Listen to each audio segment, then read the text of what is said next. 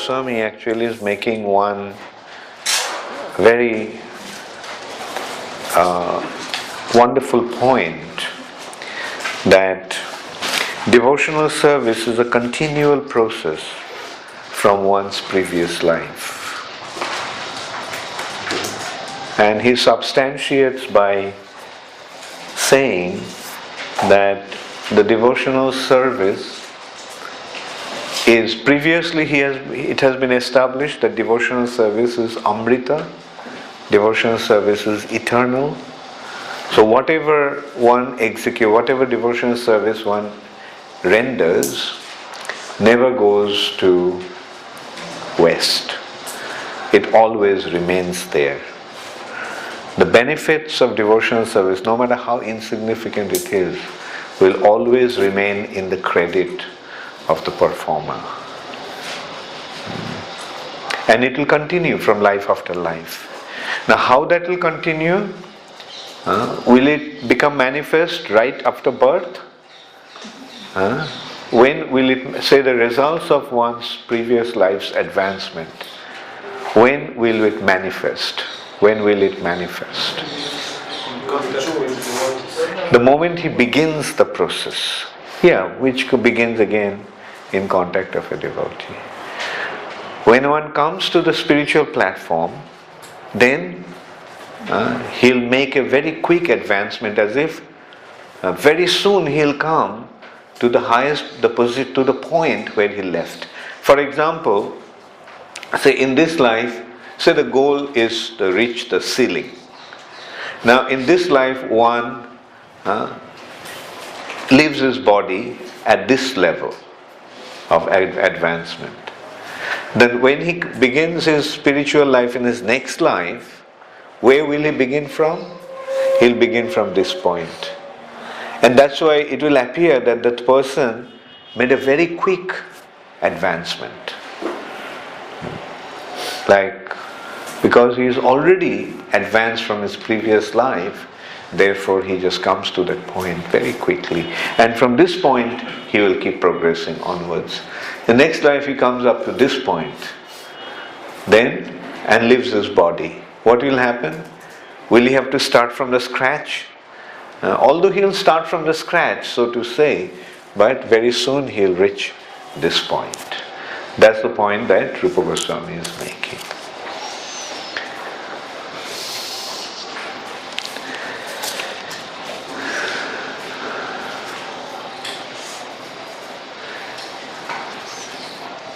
So devotional service to the Supreme Lord is the natural instinct of every living entity.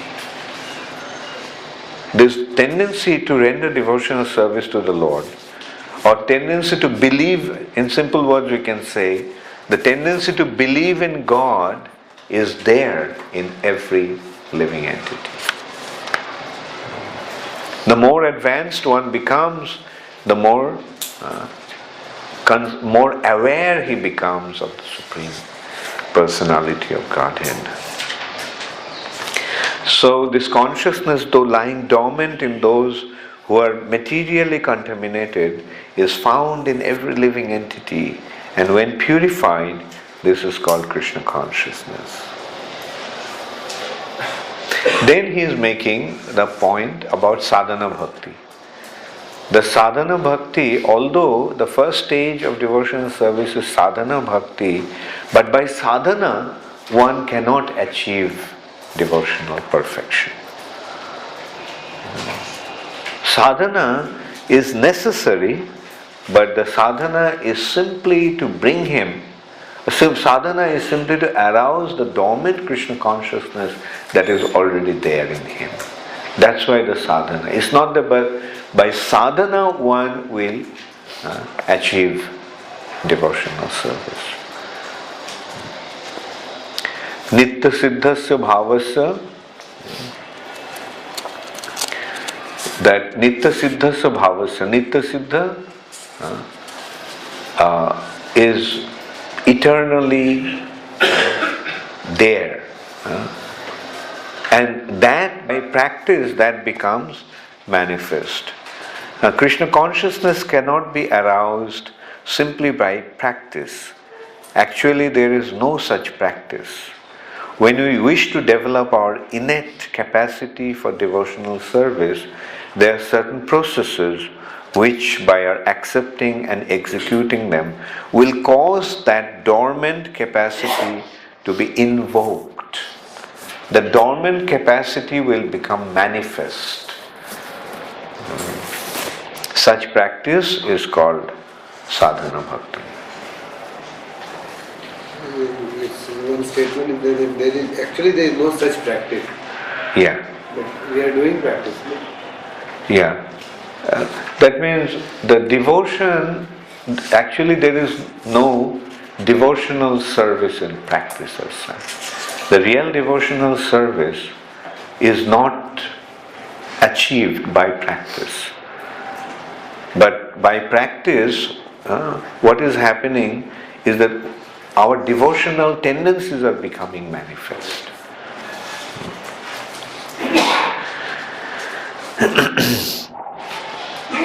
Narad Muni mentioned about this to Yudhishthir Maharaj. My dear king, one has to fix his mind on Krishna by any means. Devotional service means to fix the mind upon Krishna by any means. But then again, Prabhupada is pointing out, but we should be careful that that means is not a negative means. Like, we should not fix our mind the way Kamsa fixed his mind. Kamsa was thinking of Krishna, no doubt, but he was thinking about Krishna in an inimical way. So that is not desirable. Sri Chaitanya Mahaprabhu has given us an authorized program for the purpose centered around the chanting of the Hare Krishna Mahamantra. The chanting has so much power that it immediately attaches one to Krishna. That is the beginning of sadhana bhakti. Somehow or other one has to fix his mind on Krishna. The great saint Ambarish Maharaj, although a responsible king, fixed his mind on Krishna, and similarly, anyone who tries to fix his mind in this way will very rapidly make progress in successfully reviving his original Krishna consciousness. So, you can well imagine, like, for a king, it must be so difficult because the king has so many things to worry about. He is so busy from morning till night. And on top of everything, there is always a threat of some other king coming and attacking him. So in a state like that, to fix his mind on Krishna, actually what it means that when one wants to fix his mind, what one would naturally do? He'll go to the forest. Or even if he's in Mayapur, he'll find some quiet place. He'll find the Mayapur even is too busy, too crowded.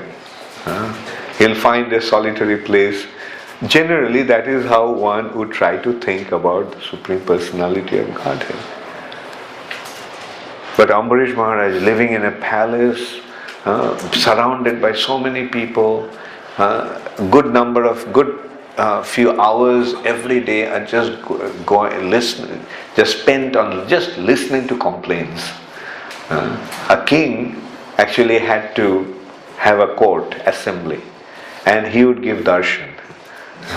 And at that time, anybody could come and complain, or like, and a noble king sometimes would even listen to an animal. There are some instances that the king found a dog at his doorstep. So he asked the dog, "What's happened? Why are you standing here?" He said, "I have a complaint to make." And the king listened to that. And his assembly would be open to anybody could come in. And they could lodge their complaint. So when he is so busy, how can he fix one's mind on Krishna? And that is the technique actually. What is the technique? What is the devotional service actually? Devotional service means to put Krishna in the center. So whatever you are doing, just do it with Krishna in the center. Like how would a king like Ambarish Maharaj think of Krishna at the same time execute his royal responsibilities? How will he do that? Because he would, yes, Follow the example of Swayambhu. yes, that's true, but in a simple words, I would say that he would see that the citizens that came to complain to him are Krishna's children. So he is not directly thinking of Krishna. This is indirectly thinking of Krishna. Krishna's children has come to complain to me. I am a representative of Krishna. What should I do? Now are you thinking about Krishna? Like Arjun, another classic example is Arjun fighting the battle. In the middle of the battlefield he is Krishna conscious. How? He was fortunate that Krishna is his charioteer. So right in front of him Krishna was there. So every single action was naturally centered around Krishna or in relation to Krishna.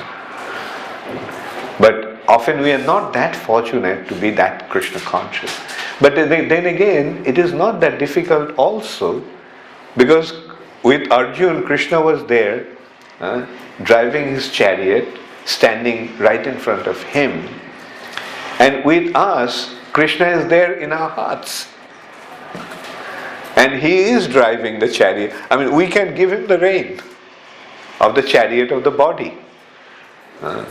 That, oh my dear super soul, please take the rein and drive this chariot.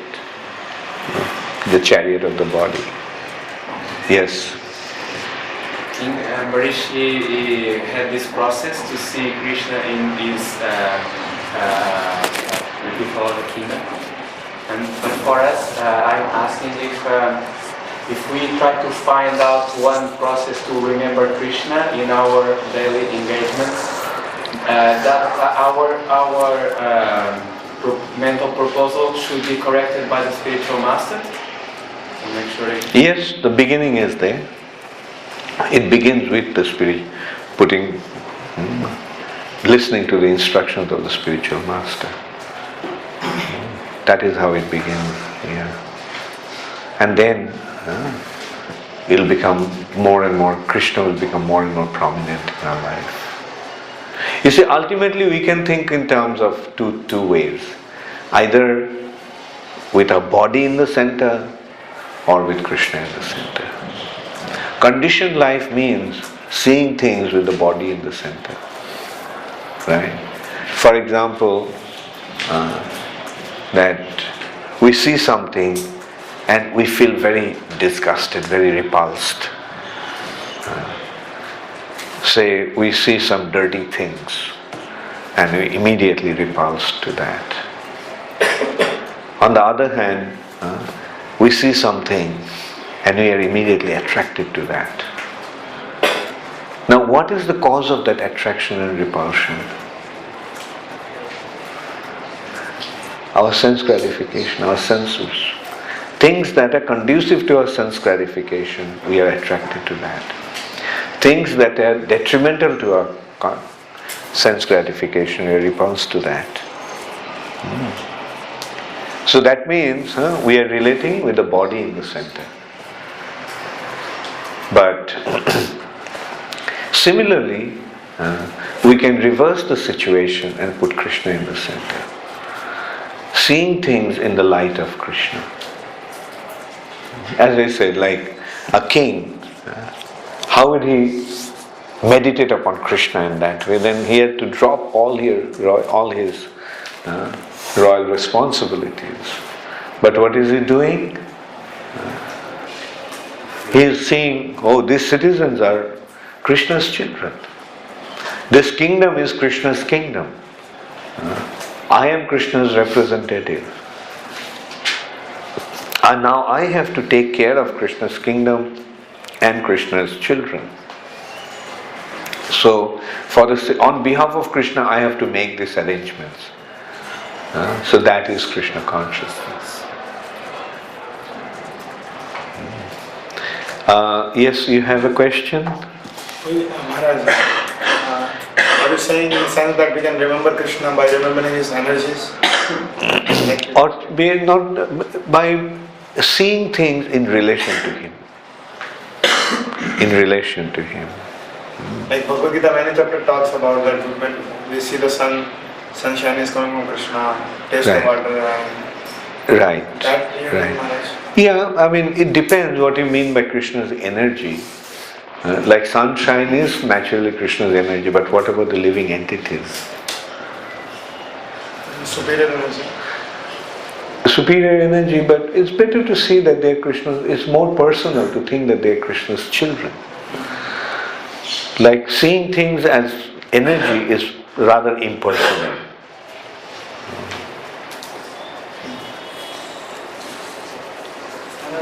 From Shraddha to Prem, like 9 stages, last is Bhava and Prem. How that 9 stages and these 3 stages are related? Line, how is? Like Shraddha and Sadhu Sangha Bhajan Kriya. So last 2 stages are Bhava and Prem. So is it that first 7 are Sadhana Bhakti and Asakti, Til Asakti? Yeah. The category. Are these 7 a part of sadhana bhakti? Yeah, yeah. So up to the nishtha stage is sadhana. Then ruchi and ruchi onwards to bhav is bhava. Bhava meaning it is kind of not exactly bhava in that there is one stage that is bhava, but Nishtita bhakti, when you become fixed up, then you get the taste. The taste will automatically make it spontaneous. The way Prabhupada has described it, like devotional service in practice, spontaneous devotional service, and loving devotional service. See, spontaneous, when does it become spontaneous? When you get the taste? Which stage is that?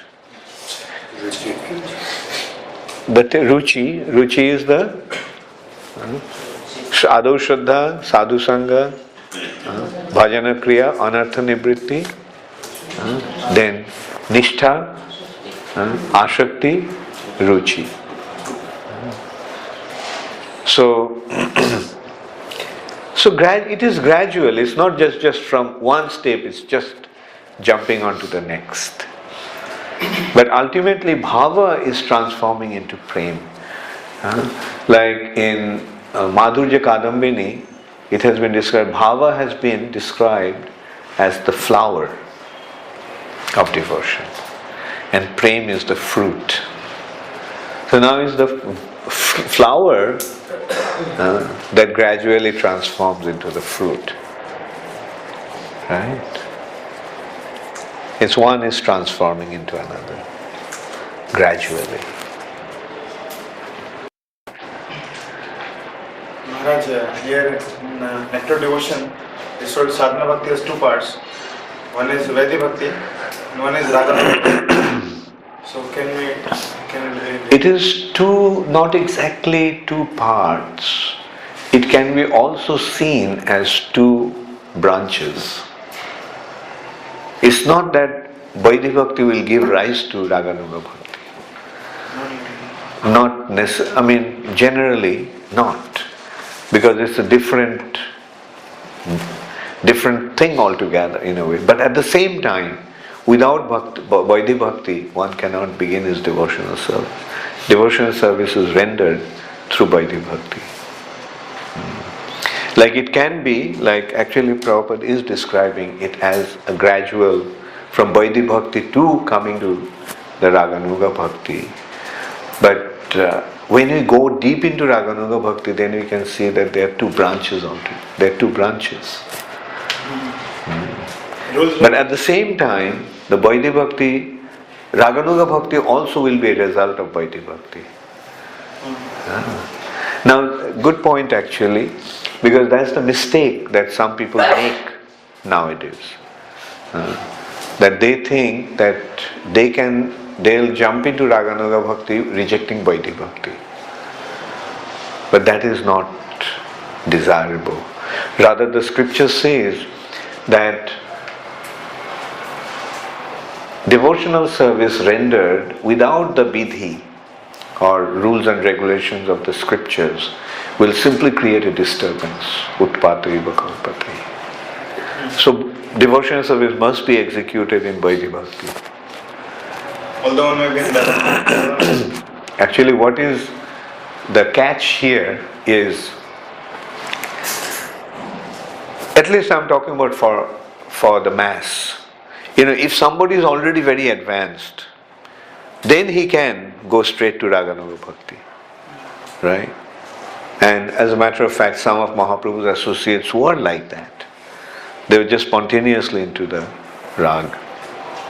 But at the same time, they followed the Vaidhi. They did not reject Vaidhi.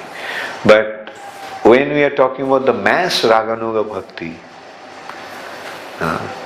then there is a very unique development which has been described in Chaitanya Charitamrita, that Mahaprabhu, I briefly mentioned it the other day, that after performing the Braja Leela, Krishna considered that how will anyone get this Braja Prem?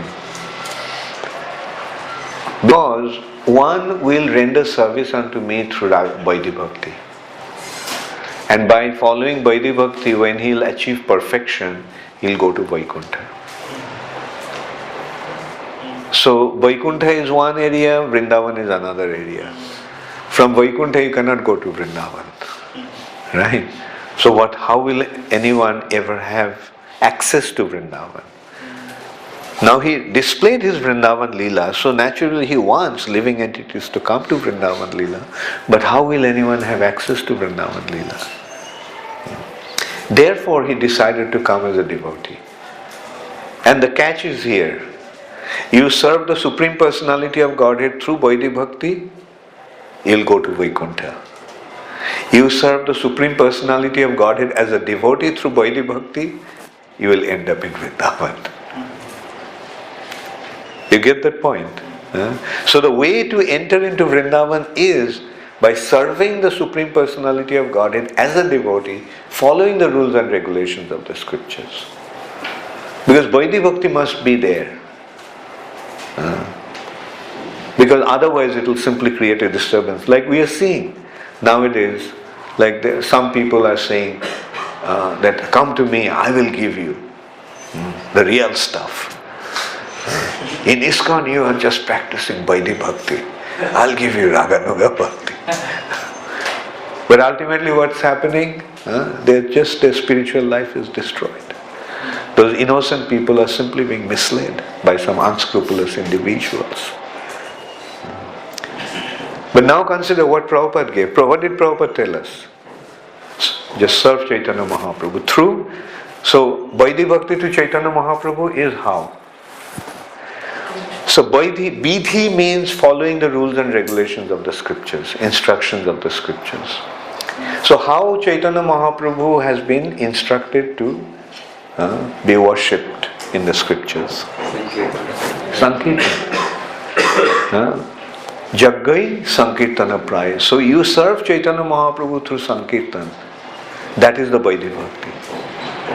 But when you serve Chaitanya Mahaprabhu through Sankirtan, you become eligible for entering into Vrindavan, which is exclusively meant for Raganuga Bhakti.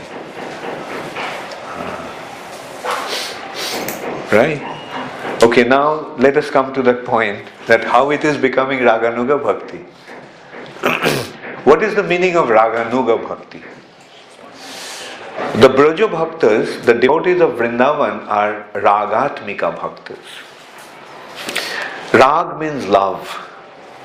Those who are devotees of Krishna simply on the basis of, those who have simply love for Krishna and nothing else. Their entire entity is a personification of love for Krishna. That is what they are. That's why they're called Ragatmika Bhaktas. Now to follow a Ragatmika Bhakta is called Raganuga. Anuga means to follow. Rag, Anug. Following these Vrindavan Bhaktas is Raganuga Bhakti. Now of all the Raganuga, of all the rest devotees of Vrindavan, who is the topmost? Srimati Radharani. And who is Chaitanya Mahaprabhu? Krishna in the mood of Srimati Radharani. So when you are following Chaitanya Mahaprabhu, who are you following? You are following Radharani. Therefore, to follow Chaitanya Mahaprabhu is naturally leading us to Raganuga Bhakti. All the followers of Chaitanya Mahaprabhu are naturally coming to the situation, coming to the state of Raganuga Bhakti. We don't have to separately cultivate Raganuga Bhakti. We serve Chaitanya Mahaprabhu through Vaidhi Bhakti, and it will automatically take the shape of Raganuga Bhakti. And as a result of that, we'll go to Vrindavan.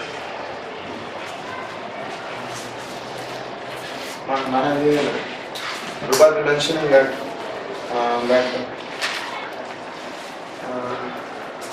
like in Raganuga stage there is attachment to execute the Krishna consciousness, and in Vedic there is hesitation and there is lethargy. I think Prabhupada mentioning like that. So here Prabhupada mentioning when he gets this attachment, he automatically tries to decorate the deity and prepare different kinds of dresses and think of different plans to execute the devotion service nicely. Yeah. So Prabhupada is giving, as I was saying, like if we take it from that 9 processes of devotional service, 9 stages of devotion, starting from Shraddha, then it comes to Nishtita Bhakti, fixed up devotee, right? And then it is gradually coming to Ruchi, taste. And as a result of the taste, one is automatically driven into doing things for Krishna. Once it's like Prabhupada also gives the example of jaundice. When you have jaundice, sugar appears, sugar tastes bitter.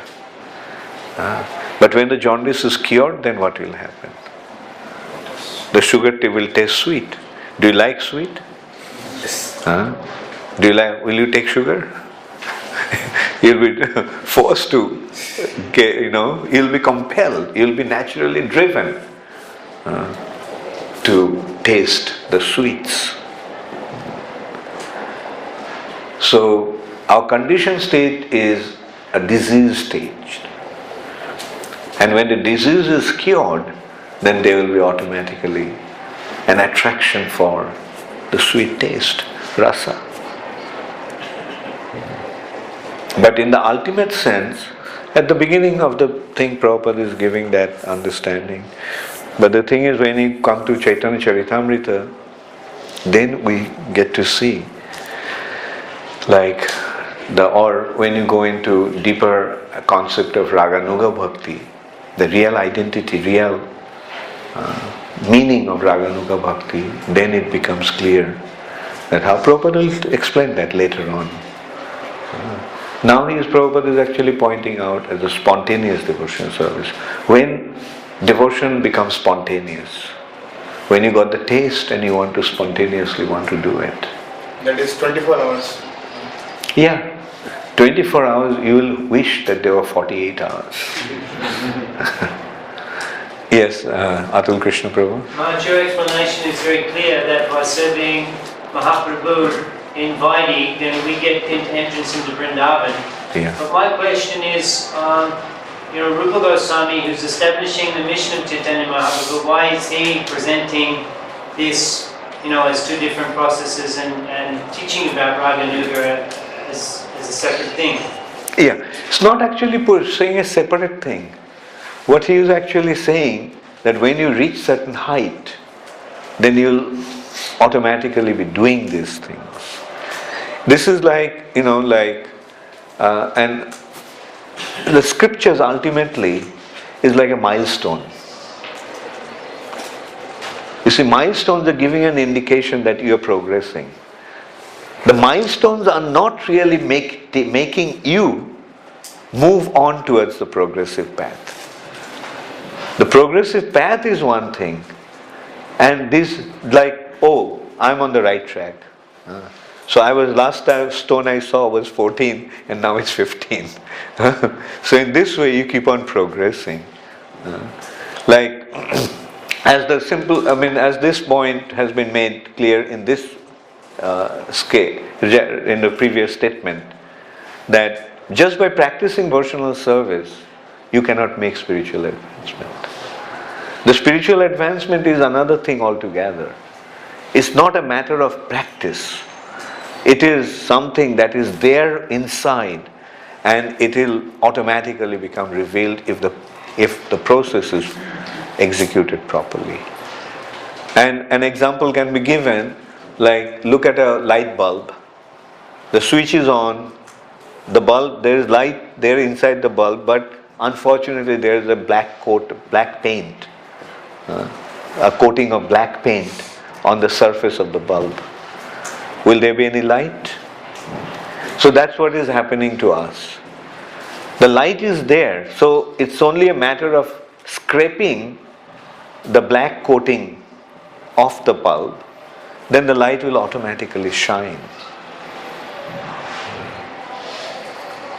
And so in this way, Rupa Goswami is pointing out, like, when you make these advancements, this is what's going to happen. But again, the point, emphatically, like, as I said, like, some people are misleading because they themselves didn't understand. They think that this is another way of, it's a matter of just imagining. Like, now, just use a common sense. Like, is the spiritual reality a matter of our imagination, product of our imagination? The mind is the reservoir of material impressions. So how, based on material impressions, we can conceive the spiritual reality? Therefore, when it comes to spiritual reality, we simply have to be open to that, Like, we just let it reveal. Dibbo Gyan Hriday Prakashita. The transcendental knowledge is revealed in the heart. So let it be revealed. And a bona fide spiritual master like Srila Prabhupada knows how to reveal that in our hearts. Therefore, we have to have implicit faith in the process that Prabhupada gave. And that's why, we have to be very, very loyal to Srila Prabhupada and emphatic about this point, that what Srila Prabhupada gave is perfect. And then, in course of time, we realize that what Prabhupada gave is perfect. Because the taste of the pudding is in eating. We in ourselves will get the taste, get to see that yes, it's happening.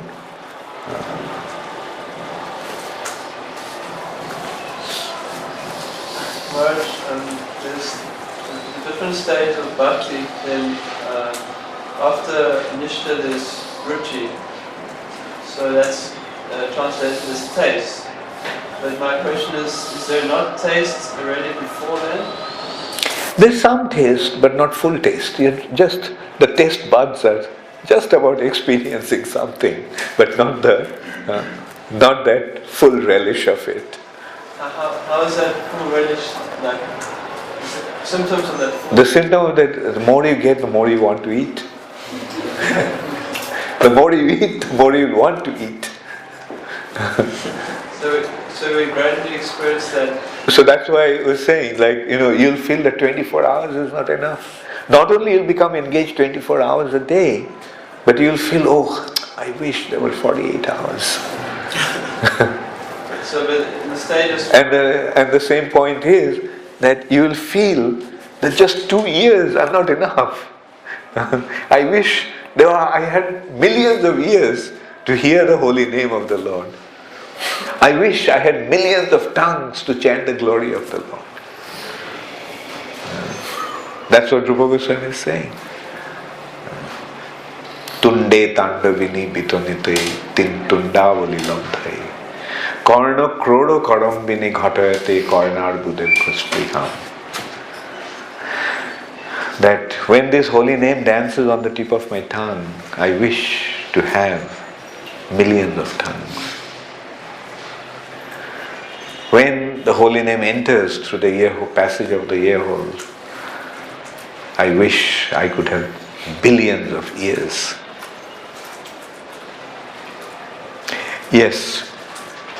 But I'm asking if you were saying that spiritual, the spiritual is not a matter of imagination. How will one be able to differentiate between the two when the ecstasy is there or when it's just imagination? Because when the ecstasy is there, you'll go mad. You won't be able to retain it within yourself. And you will start behaving in an amazing way. You lose yourself. That's what ecstasy is. But we hardly see Prabhupada doing that. Like if he like run on the ground and things like that, you hardly see Prabhupada. Wouldn't that look like a little bit of a sahaja? That's why don't artificially imitate something. Let it happen. And service now, ecstasy later. It will happen. It will happen naturally. But let it happen when it happens.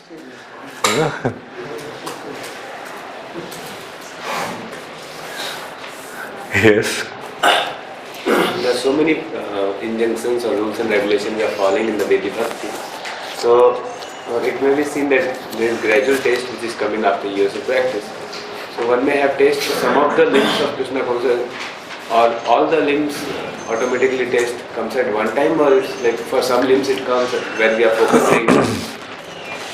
Well, again, you see in Madhurya Kadambini, it has been described in this way, that when a devotee smells the tulasis at the feet of the Lord, then his entire consciousness, his entire entity just becomes his olfactory organ, smelling organ. There's no other, all the other function stops. It's only, smelling the tulasis or the flowers. Then when he sees the Lord, then all his senses, all other senses stop. It's only the eyes that become focused. He only sees, and other activities stop. Then he hears the flute of Krishna, sound of Krishna's flute. Then he becomes all ears, and everything else stops. So this is how, one actually experiences the Lord through different sense perceptions, not simultaneously, because it's one at a time, and this is so overwhelming that particular sense organ becomes the only predominating organ. This is at which stage of bhakti? That's the highest stage of bhakti, when one is perceiving the Supreme Lord. My question is that we are following those 64 principles or more principles, rules and regulations. This is the point of ecstatic love. I'm not asking about ecstatic love. I'm asking that some principles are there. So it's that seems in our practice that we develop gradually taste for some of the. I'm saying that in our practice of sadhana bhakti, we follow some rules and regulations. So after years of practice, we gradually develop some taste for some of the limbs. So question is that taste for all the limbs awaken, all the 64 principles awaken at all the same time, or gradually for some limbs it awakens? Oh, I see. No, it will be gradual.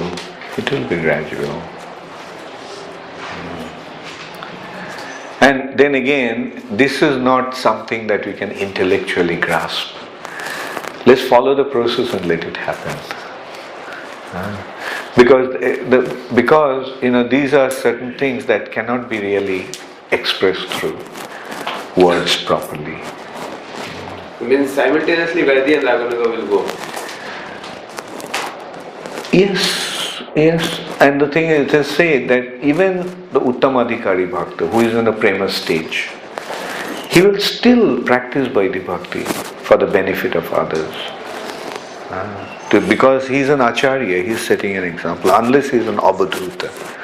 Abadhuta doesn't really have any consciousness, external consciousness. Like for example, like he doesn't have any concern whether he is wearing any clothes. He doesn't have any awareness of his body. Therefore, he throws away his clothes, or he doesn't put on his clothes to begin with. Right? Now, you see, in order to preach, in order to set a proper example, we have to refrain from behaving like that. Therefore, it is said that even an Uttamadhikari Bhakta comes down to the Madhyamadhikar in order to preach. Because in Uttamadhikar platform, he won't have any external consciousness. Therefore, he has to come to the Madhyamadhikar to make discrimination and behave for the benefit of setting the right example.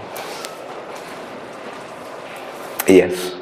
Speaking on the Madhyamadhikari, this discrimination for the Uttamadhikari when it comes down, is it a big effort to try to understand everyone, or is given by Krishna this discrimination? No, he makes it a point that he considers that preaching is my mission. I have to preach. Mahaprabhu wanted me to preach. Right? So in order to preach, I have to come down to this stage. Because, put it this way, that if he was in Uttamadhikar platform, then he wouldn't go to where people are, like that. He would rather prefer to be in an isolated place. Like the Bhajananandis, they prefer to stay in Vrindavan. Not today's Vrindavan, not in Lai Bazaar. That Vrindavan which was a forest, there was nothing there. And they were Bhajananandena Mattaliko. He Radhe Brajagopike, He Nanda Suna Kutaha, Ghosantaviti Brajapure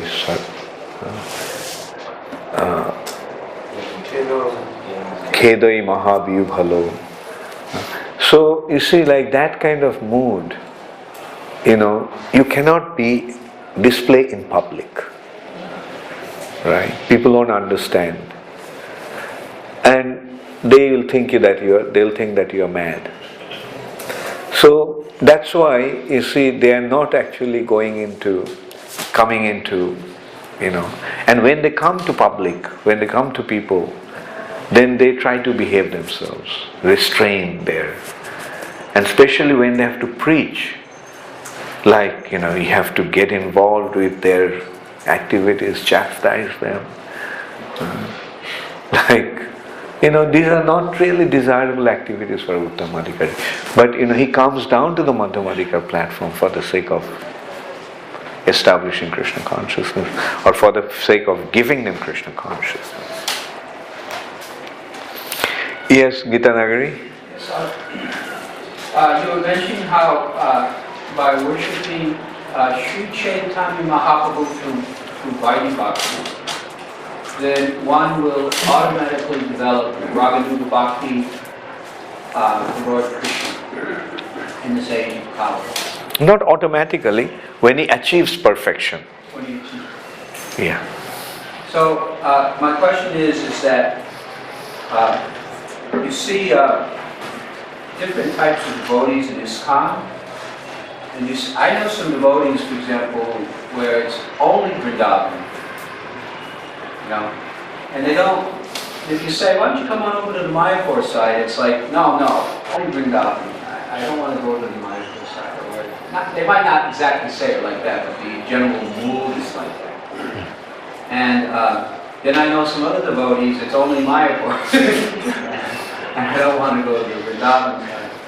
So what I'm saying is, what is the balance between attraction for Sri Chaitanya Mahaprabhu and attraction for Radha Krishna?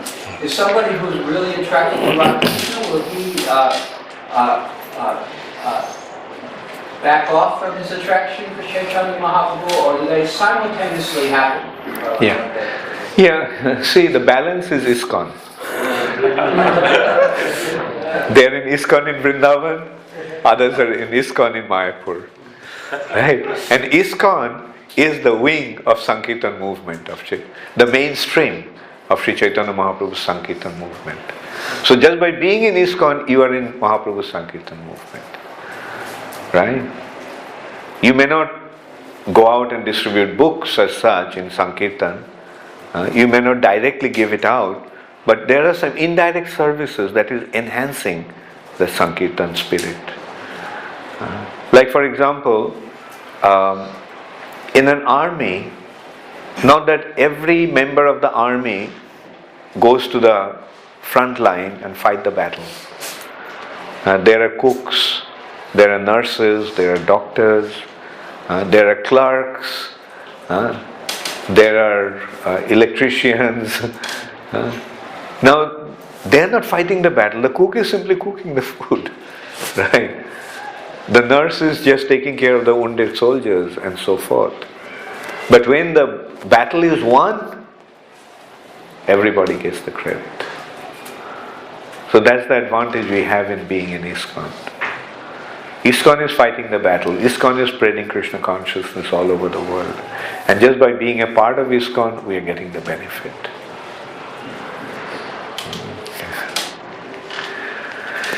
Chandrasekhar? In the Yellow Book, the compilation of Prabhupada's statements called "On Preaching is the Essence," there's a quote in there taken from a purport in the Chaitanya Charitamrita, wherein Srila Prabhupada says that preaching is so relishable that the Uttavadikari goes down to the Madhyamadikari. I see. Could you comment on that? Well, Prabhupada said it, what can I comment? And you quoted it. Well, I mean, to kind of elaborate on that point is that yes, preaching is so relishable, and that is what Sri Chaitanya Mahaprabhu wanted, and that's why all the followers of Chaitanya Mahaprabhu are engaged in preaching. See, apparently the 6 Goswamis of Vrindavan, they were not preaching. They were not preaching. They were writing books, and they were just absorbed in, apparently, absorbed in discussing about Radha Krishna's pastimes all the time. But Prabhupada is said that they were, Rupa Goswami said, Prabhupada is in this Nectar of Devotion at the beginning, in the preface, Prabhupada is saying that Rupa Goswami was preaching, he established the preaching of Krishna consciousness all over the world. Like the books that he wrote are actually the future arrangement, or the arrangement for the future to spread Krishna consciousness all over the world. So they did it. They did not get into that act immediately, but they prepared for that preaching. So the point here is that everyone is in Chaitanya Mahaprabhu, every single follower of Sri Chaitanya, sincere follower of Sri Chaitanya Mahaprabhu, are bound to be preachers. Why? Because preaching is so relishable. You see, you can relish something yourself. That gives you some taste. But doesn't it give you a greater taste and greater satisfaction when you serve that to others and see that they are relishing it? Provided you are very, very compassionate and magnanimous. Right? So Mahaprabhu's devotees are extremely magnanimous. Therefore, they are not so interested to relish it themselves. They are more interested in distributing it to others for them to relish. And by seeing that they are relishing, he is enjoying even more. So that's why Prabhupada said that preaching is so relishable. That it's, like the two considerations are, as either you are relishing yourself or you are making others to relish. Now if you make this consideration and considering that you are a very magnanimous person as you really are, what would you prefer to do? Give it to others to relish and see that they are relishing it. And when you see that they are relishing it, then you enjoy it yourself even more.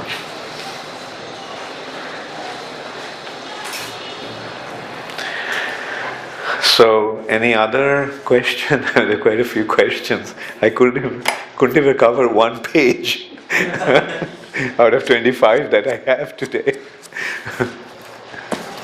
We see we are very much self-centered, and it's very difficult to break out of this.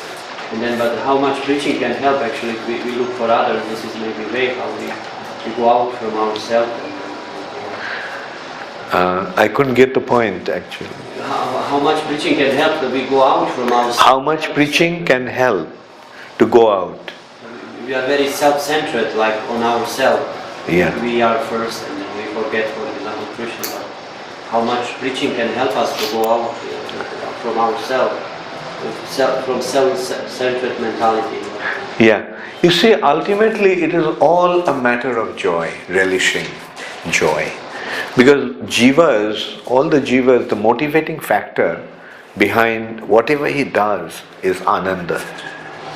It is ananda that actually drives us to do whatever. Like why a man is running after a woman. Because he thinks that by getting the woman he'll get the ananda. And so the ultimate motivating factor is this ananda. So when we get to see that there is more joy in giving it to others than enjoying it ourselves, then what would we naturally feel like doing? Won't we feel like giving it to others? Because this gives us greater joy, greater ananda. So wherever there is a possibility of greater ananda, a living entity will be driven to do that. Say for example, today, why did you join Krishna consciousness? Because you realize that there is greater joy in here. So similarly, now that you are in Krishna consciousness, your activities will be, you'll be motivated to act in certain way, driven by that impetus for relishing ananda.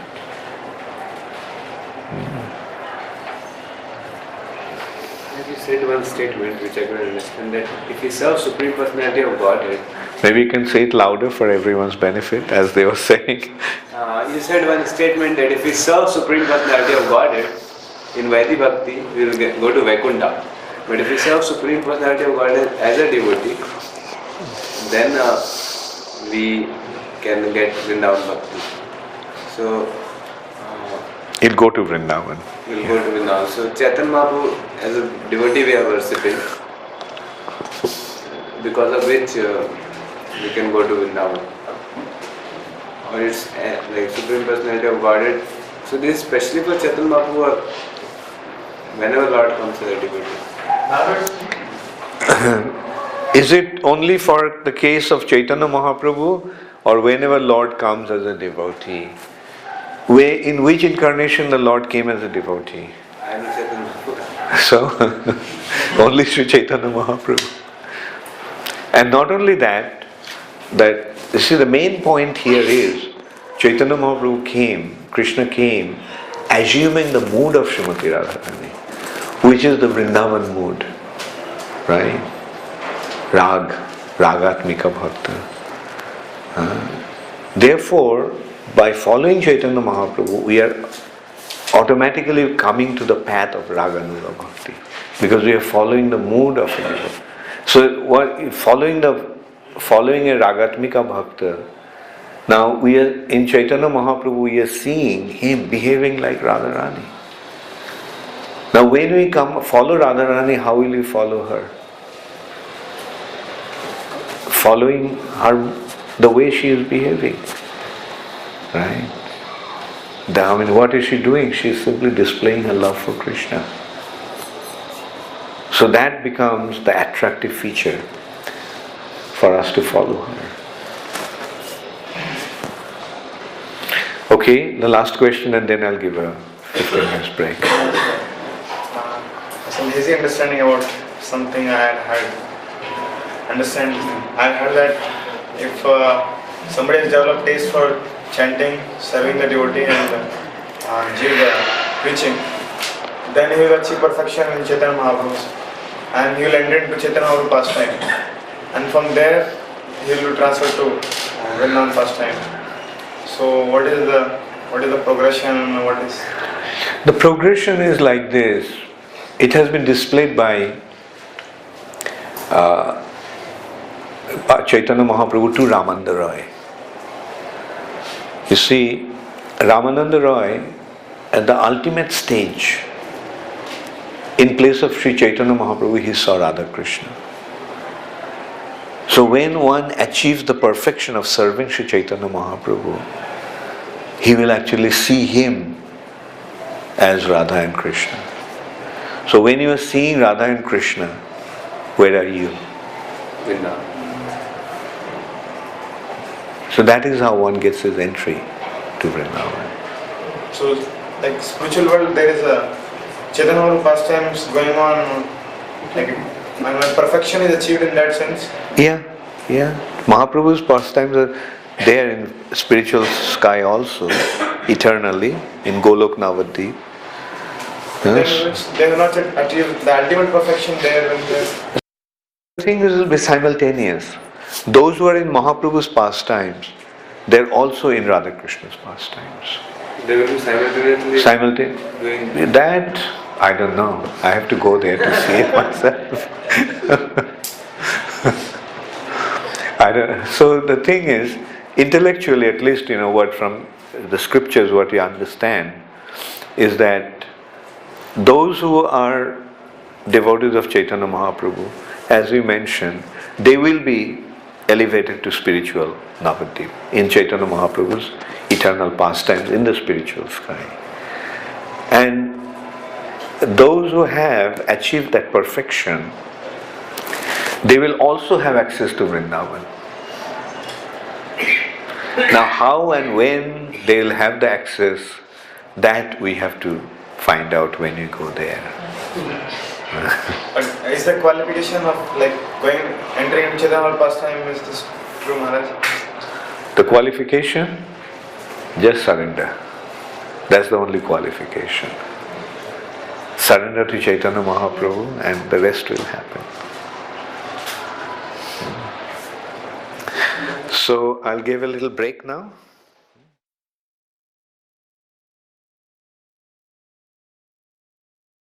The first part is called Service According to Regulative Principles or Vaidhi Bhakti.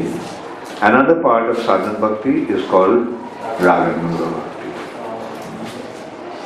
Now, we discussed about that quite elaborately. So they are namely regulative and spontaneous. Spontaneous means, the word rag actually means love. So this Raganuga has two connotations. One is when the devotional service is executed out of natural love or spontaneous love for Krishna, that is Raganuga Bhakti.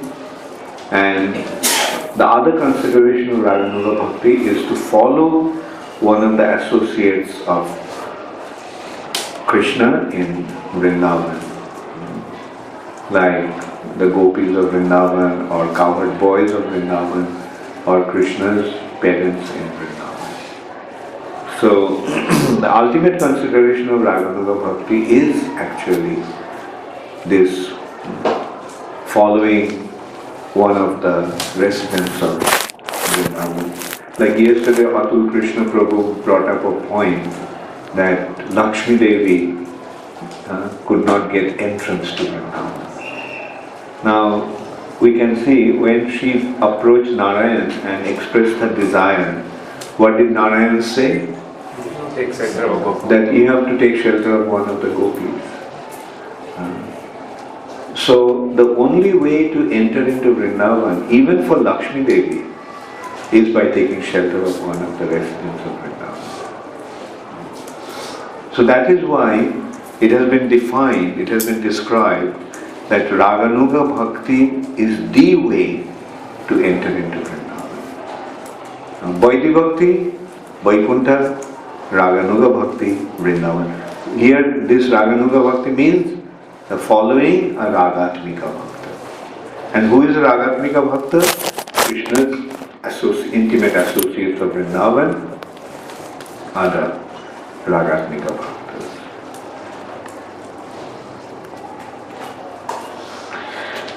Rupa Goswami defines the first part of devotional practice or Vaidhi Bhakti as follows.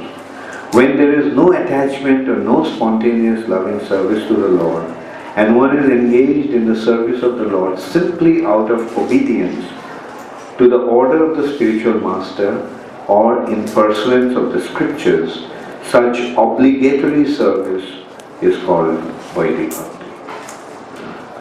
Like we don't like to wake up at 4 o'clock in the morning.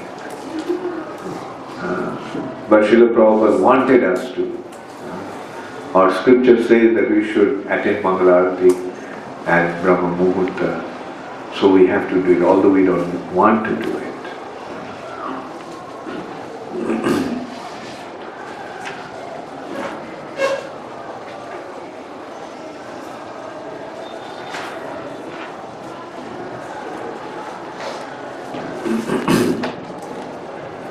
In Padma Puran also the same process is advised. There it is said that one should always remember Lord Vishnu. This is called dhyan or meditation. Always remembering Krishna, it is said that one has to meditate with his mind fixed upon Vishnu. Padma Puran recommends that one always fix his mind on the form of Vishnu by meditation and not forget him at any moment. And the state of consciousness is called samadhi or trance.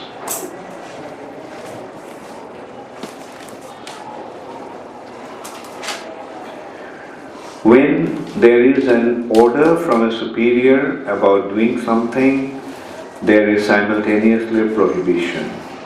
So here it is coming, Vaidhi Bhakti means it has vidhi and nishedh. Nishedh. There are certain things are restricted, certain things are prohibited, and certain things are promoted. Certain activities have been advised to follow, and certain activities have been advised not to execute, not to do. Rules and regulations mean certain things should be done and certain things shouldn't be done. And this is how Vaidhi Bhakti has been defined. Then it comes to the four orders of the human society, and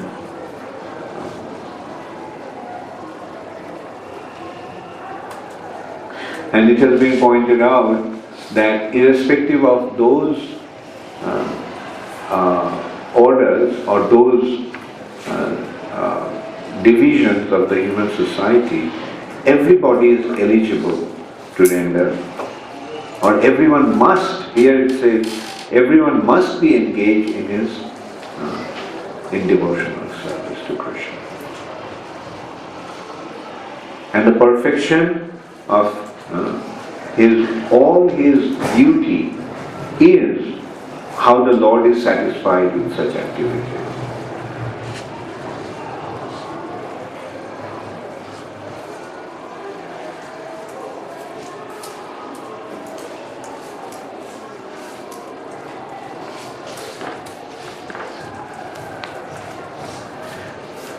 The Krishna consciousness movement is so nice.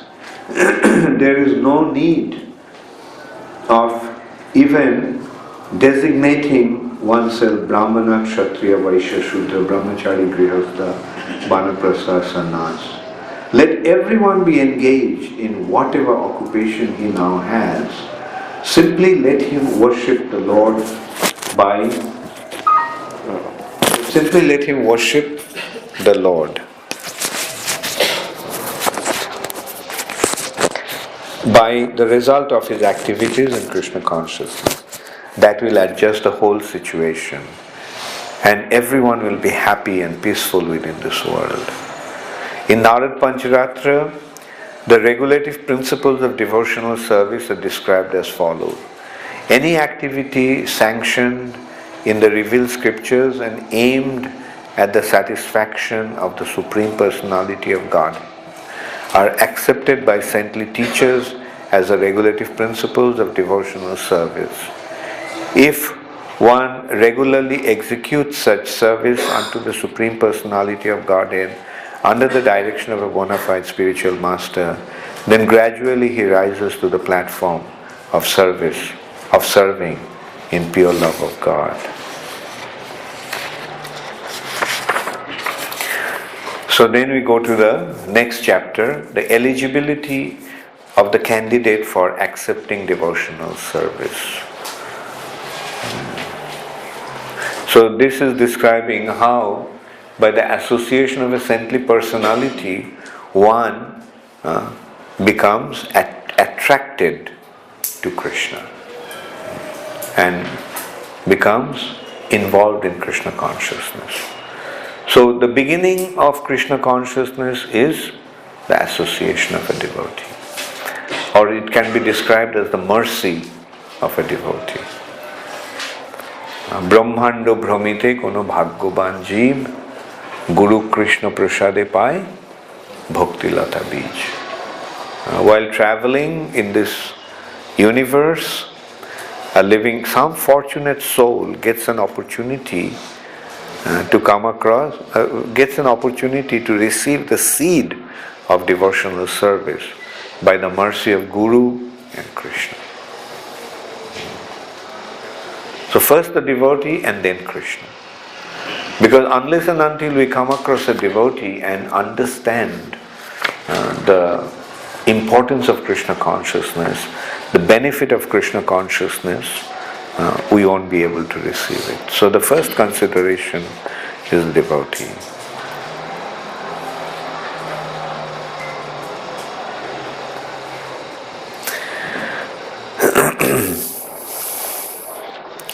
In this connection, Lord Krishna says in Srimad Bhagavatam,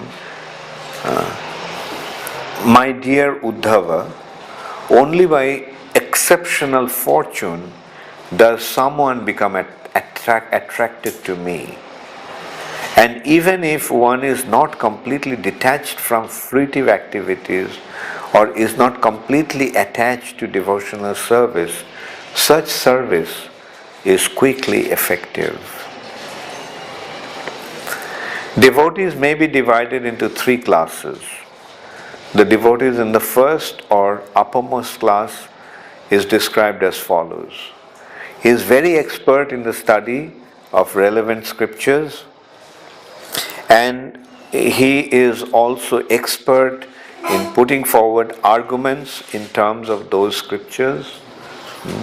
So the qualification of a Uttamadhikari is that he understood, he realized the scriptures. So much so that he can defeat any argument based on the basis of scripture. He can defeat anybody. And his faith is so strong that it will never waver. His understanding of the scripture is profound, and his commitment to, his conviction to Krishna consciousness is absolute. So nothing can shake him, or nor can anyone defeat him, nor can anyone deviate him from his conviction. But Madhyamadikar is the one, the second class devotee is one who may not know the scripture that well. He may not defeat somebody on the basis of scriptural understanding or scriptural conclusions, but his faith is strong. Even though he may not be able to defeat others, even though others may be able to defeat him or point faults in his practice, what he is doing, but his faith will not waver. He'll be fixed in Krishna consciousness. But the third class devotee is one whose faith can be shaken. So these are according to the faith, three classes have been defined. Whose faith can be shaken and destroyed is a neophyte devotee, third class devotee. The second class devotee is even if his faith is attacked and he is not in a position to defend his faith, still he'll stick to his faith. And the first class devotee is he, if his faith is attacked, he will destroy the opponents very valiantly. And there is no question of his faith being shaken.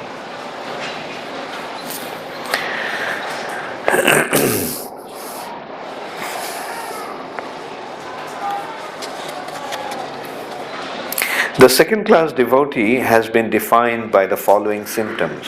He is not very expert in arguing on the strength of revealed scriptures, but he has firm faith in the objective. And a neophyte or third class devotee is one whose faith is not strong and who at the same time does not recognize the decision of revealed scriptures.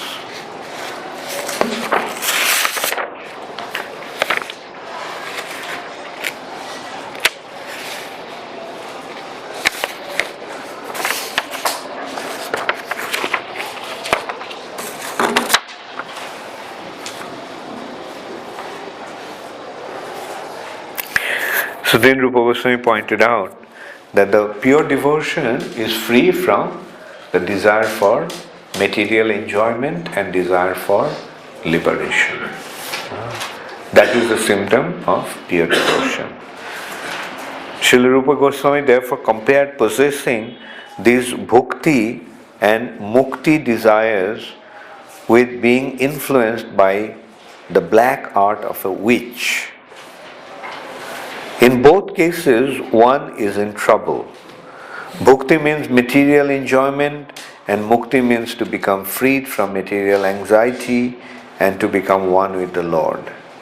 These desires are compared to being haunted by ghosts and witches, because while these aspirations for material enjoyment or spiritual oneness with the Supreme remain, no one can relish the actual transcendental taste of devotional service. A pure devotee never cares for liberation.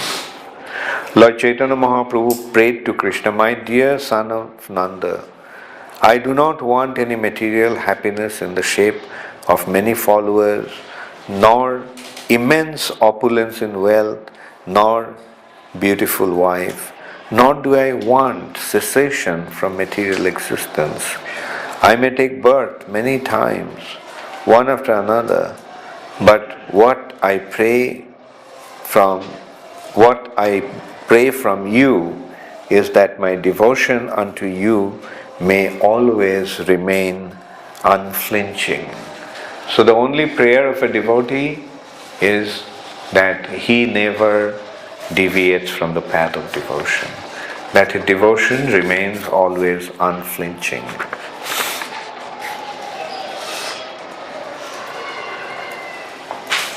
So now there are certain quotations from the scriptures to confirm that point. Sri Billamangal Thakur has said If I am engaged in devotional service unto you, my dear Lord, then very easily can I perceive your presence everywhere. And as far as liberation is concerned, I think liberation stands at my door with folded hands, waiting to serve me. To pure devotees, therefore, liberation and spiritual emancipation are not very important things.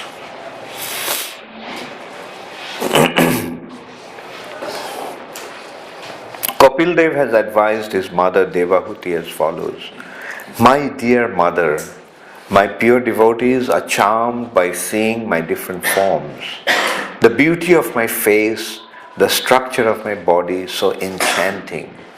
My laughing, my pastimes, my glance appear to them so beautiful that their minds are always absorbed in thoughts of me, and their lives are dedicated fully unto me.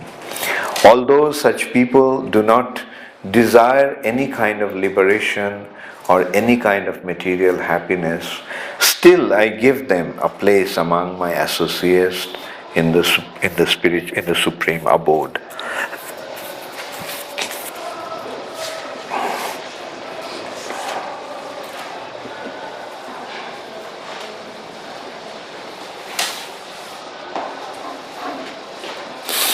Uddhav addresses Lord Krishna and says, My dear Lord, for persons who are engaged in your transcendental loving service, there is nothing worth obtaining from religiousness, economic development, sense gratification, and liberation. Although happiness from these different sources can be very easily had by them, in spite of such facilities, my dear Lord, I do not aspire to achieve any such results. My only prayer is that I may have unflinching faith and devotion unto your lotus feet.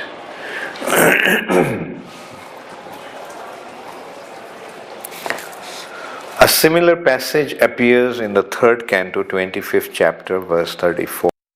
Wherein Kapil Dev instructs his mother and says, My dear mother, devotees whose hearts are always filled in the service of my lotus feet and who are prepared to do anything for my satisfaction, especially those fortunate devotees who assemble together to understand my qualities, pastimes, and form, and thus glorify me congregationally, and derive transcendental pleasure therefrom, never desire to become one with me. And what to speak of becoming one with me?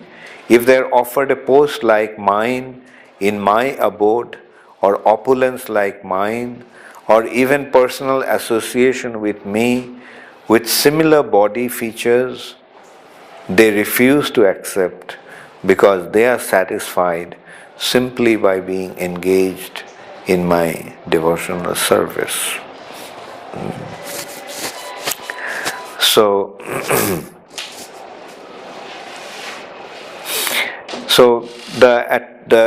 the joy of serving the Supreme Personality of Godhead is so wonderful that one loses the taste for even liberation,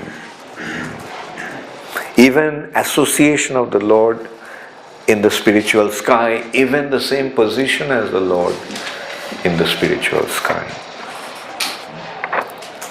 King Dhruva says, My dear Lord,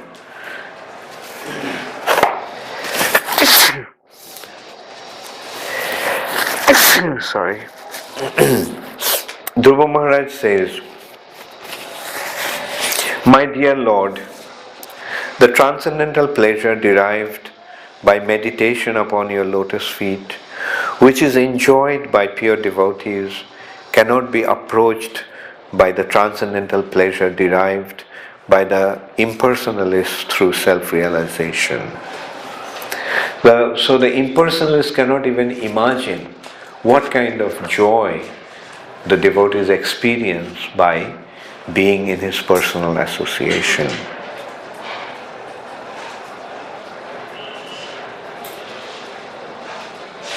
So how can the fruitive workers, who at most can aspire to promote to the higher heavenly planets, understand you, and how can they be described as enjoying a happiness similar to the devotee's happiness? So the point is, the happiness, the joy, the ananda that a devotee experiences is the supreme, and no other pleasure of this material nature can compare to that. So these are the main points that has been made in the second and third chapter. But it is possible that a first-class devotee may be knowing the essence of the scriptures but not be well versed in the scriptures. You see, because a first-class devotee is in constant communion with Krishna, all the scriptures are revealed to him. He may not be a great scholar as such. He may not have studied the scriptures, but the scriptures have automatically become revealed to him. There are many devotees who are apparently not very learned. There are even some devotees who are not even literate, but they are exalted devotees, pure devotees, and all the scriptures. Because this can become exemplified in this way. So, when the sun comes up, in the light of the sun, you see the sun, you see yourself, and you see everything else. Then everything becomes known to you. So similarly, when the sun like Krishna appears in your heart, in that light of Krishna consciousness, you will not only see Krishna, you will see yourself and you will see everyone. Everything then will be known to you. Jasmin, the scripture actually is making that point. Knowing him, everything becomes known. Jasmin vigyate sarvamevam vigyatam bhavati. Knowing him, everything becomes known. So it's like the rising of the sun. So similarly, we have to understand that the knowledge of a devotee, of a pure devotee, is not an academic knowledge. It is not a kind of knowledge that has been acquired by cultivation of studies. It is a knowledge that is revealed in his heart. It's there. He knows. Yes. I have two questions. First one, you said that in the beginning that devotion service is continual. It comes from the previous life. So the first life, how the person gets the connection? Yeah, association of a devotee, mercy of a devotee, right? And not only first life, life after life, it will be like that. He has to come across a devotee to receive it. Maharaj, this faith and knowledge, like in the previous classes, you were telling that faith can be changed. So, what is this faith and knowledge like? What is it? How it evolves? Like how the neophyte, one goes from neophyte, like what things he focuses on is faith. Yeah, the thing is that what I meant is not just knowledge, the scientific knowledge. See, one is faith and the other is scientific understanding. You see, scientific understanding is not subjected to our faith or our belief. It is there, like the sun rises in the east.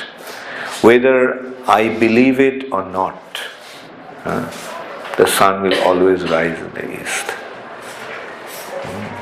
So that is the scientific understanding.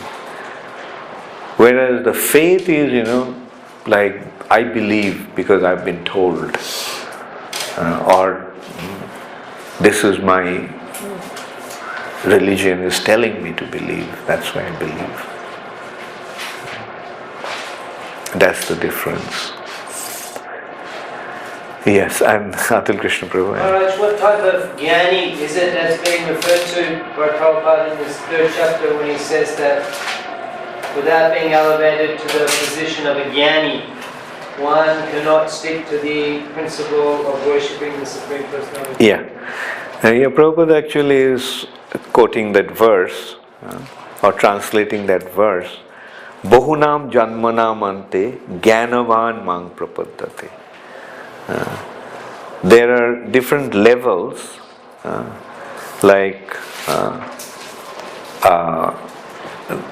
one is a fruitive worker, one is a seeker of liberation, but one, the higher than that, is a person who understands that Krishna, Vasudeva, is the cause of all causes.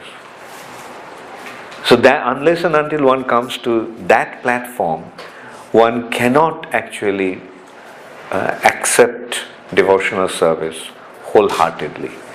Or another quotation in this respect is Brahma Bhuta Prasannatma Na Sochati, that is when one becomes situated in the Brahma Bhuta platform, then Mad Bhakting Labhate Param. But this is not, this is a personal aspect. Impersonalists cannot ever come. This is a personal Gyani. Gyani is an impersonalist will end up with Brahma Sadhya, which is actually liberation, a desire for liberation, merging with Brahma. Why? Because then there won't be any suffering in the material nature. Rather, I will enjoy in that way, by being the supreme controller, by seeing myself as the cause of all causes. Right? But the real jnana is to recognize that Vasudeva Sarvamiti,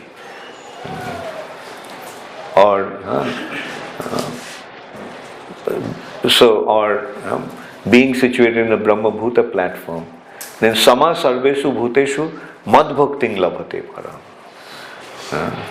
Then he has the pure spiritual understanding. He sees every living entity as a spirit soul, and he recognizes that Krishna is the supreme spirit, the source of all the spirit souls, and thus he becomes engaged in devotional service unto him. How is it possible for Kanishta Adhikari to become a preacher because he has no faith and has no knowledge? He may be Kanishta Adhikari, but if he goes out to preach, he'll become Madhyama Adhikari. Is it dangerous? No? Like Prabhupada gave the example, if you know that Krishna is God, if you know this much, that Krishna is God, then go and tell everybody Krishna is God and accept him as your Lord and Master. Can you do that? Can anybody do that? But isn't it that is the level of faith? No, like he goes and tells, and then if he cannot convince him fully, then he says, well, come to the temple and meet the temple president. Right? So he can preach anybody can preach. That's what Prabhupada's point is. Prabhupada gave the example that there may be different degrees of your ability, and according to that ability you may preach. But anybody can preach. Prabhupada is giving the example, like there are some birds, like sparrows, they just fly around the courtyard. There are some birds, they fly to some distance. There are some other birds, they fly from one continent to another continent. And there are some other birds that fly from one planet to another planet.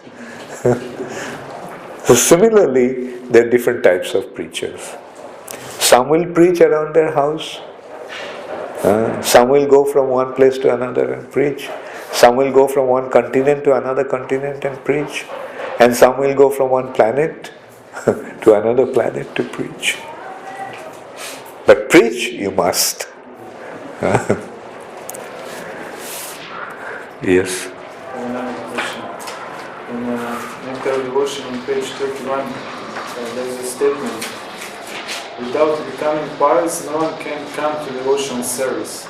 Without being Pious. pious, It yeah. seems that this is the qualification to perform devotional service. Yeah. Comment on this. Not, the thing is that as long as, which actually means that your tendency, if you still have sinful tendencies, right, then you cannot come to the spiritual platform.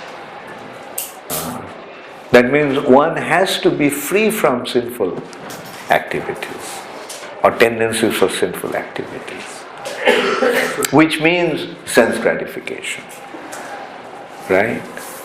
And to pious means to not to care about the sense gratification, but believe in something that is beyond. Like a pious person will act in a way that may not bear the immediate result. That means that he is actually believing in something that is beyond his immediate sense perception. You get the point? Therefore, so ultimately we have to believe in Krishna and the spiritual sky. So unless and until we have that faith and in Krishna, Shraddha in Krishna, we cannot become engaged in devotional service. So there was one hand. Can you explain Maharaj once more? This thing like if somebody has tendency for sense gratification, then he cannot come to devotional service or pure devotional service. Which means pure devotional service. Because they are karmistic bhakta and Right, yeah. It's about pure devotional service. So, this Uttamadhikari and Madhyamadhikari. Uttamadhikari and Madhyamadhikari, they both faith is not shaken. So it means that the only Madhyamadhikari lacks the knowledge of scriptures. That's the only difference between them. Yeah. Madhyamadhikari's knowledge is not that fixed. Which means, you see, the difference between Uttamadhikari and Madhyamadhikari is that Uttamadhikari is realized, whereas Madhyamadhikari is not yet realized.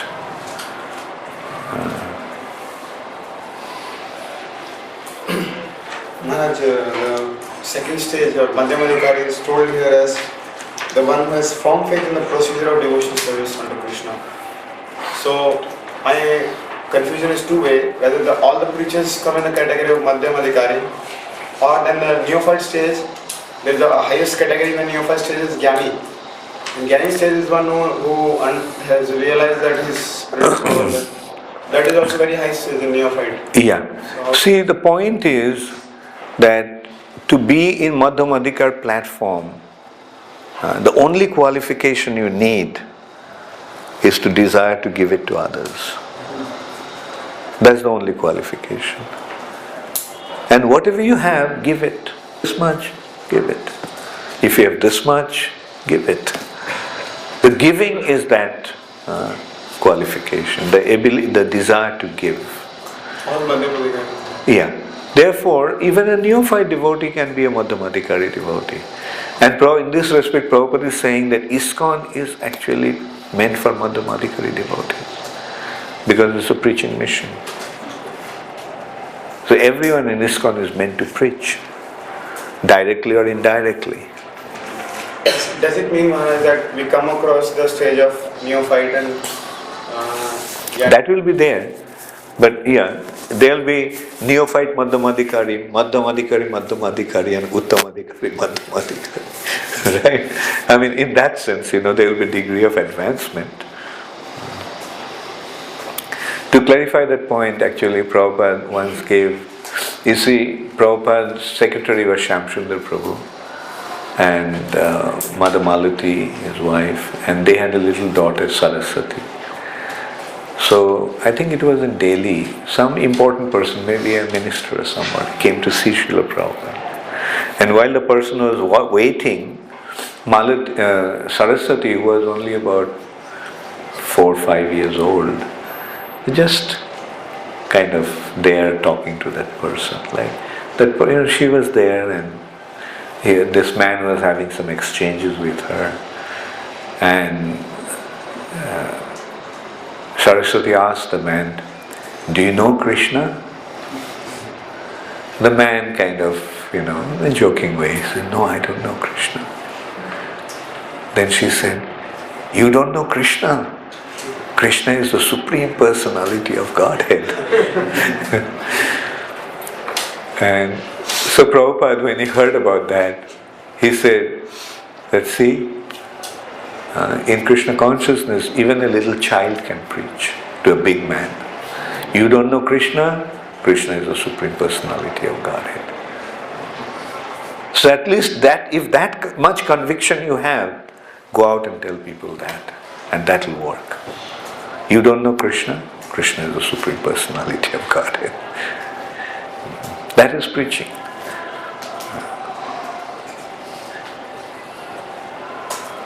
In the category of the white, the four Kumaras are given. Srila Prabhupada has given the example of four Kumaras. They were fixed in Brahma realization. How they came to Krishna consciousness, devotional service. Yeah, they, by the mercy of the Lord, they were impersonalists, but they had the good fortune of smelling the tulasis and flowers offered to the lotus feet of the Lord. And they became so attracted to the tulasi, the fragrance of tulasi, that they became attracted to the personal feature of the Lord. They were eligible to go to Vaikuntha. Non-realization people, they are not allowed to go to Vaikuntha. They are special persons. That's why they were stopped from Vaikuntha, entering into Vaikuntha. But we have to understand that four Kumaras, they are actually incarnations of the Lord. So initially, at some point, until some stage, they were impersonalists. But that was only just, like in the material nature, everyone is born in ignorance. So, like even Brahma was born in ignorance. So, whoever comes to the material nature, he is in ignorance. At the most, he is Brahman realized. Like it is some sort of advanced stage of ignorance. Those who are Brahma realized, they can get chance to go to the association. Until and unless they become attached to the personal form of the Lord.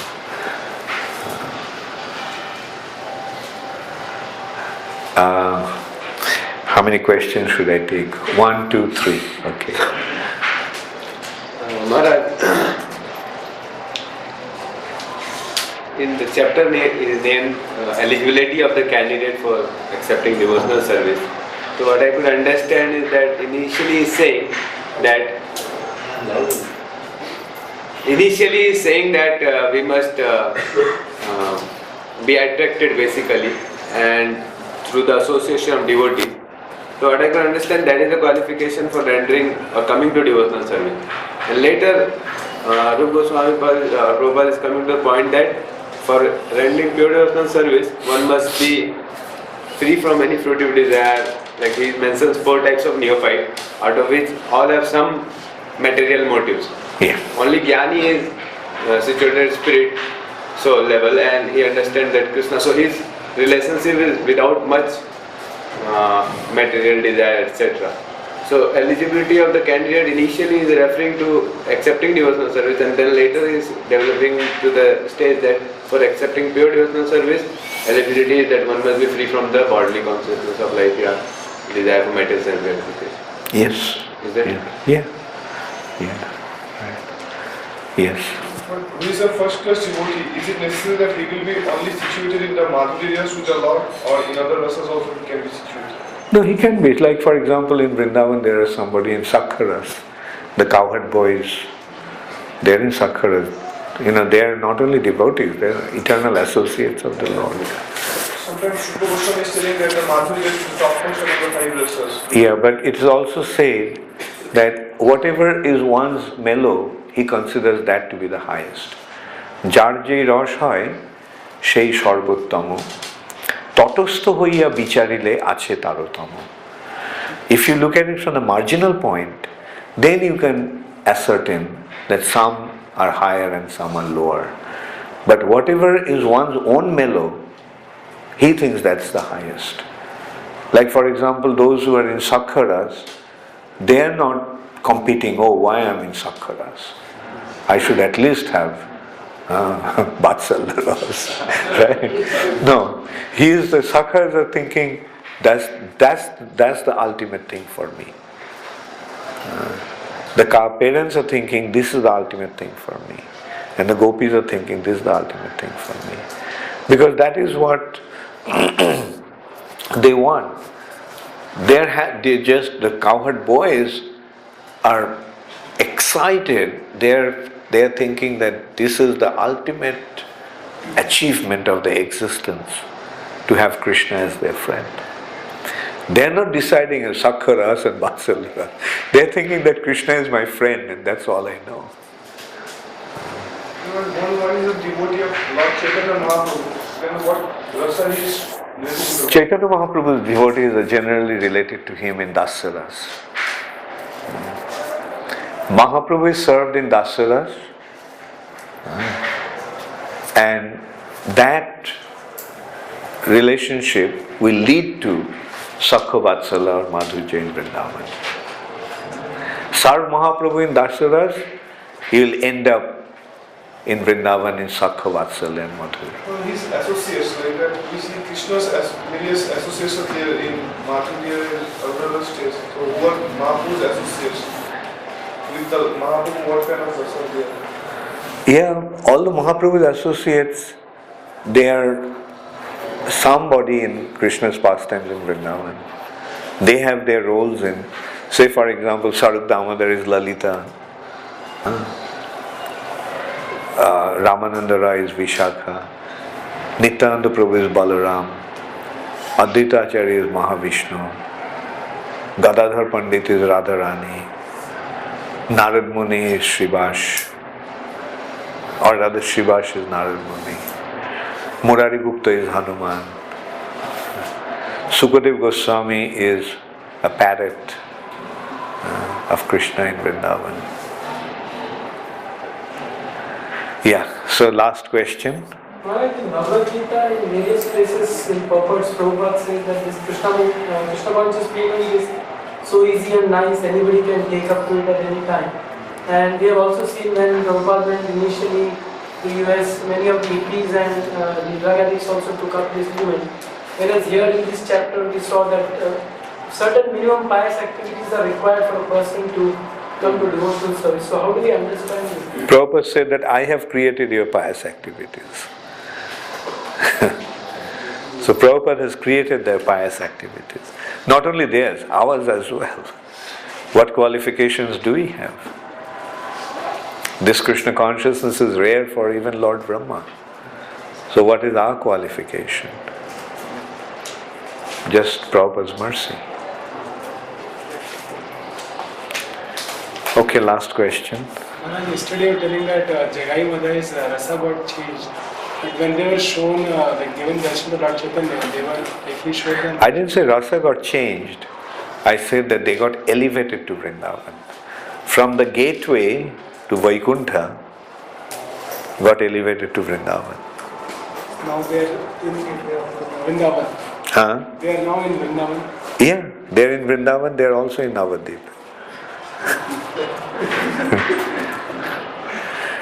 Thank you. Hare Krishna. All glories to Srila Prabhupada.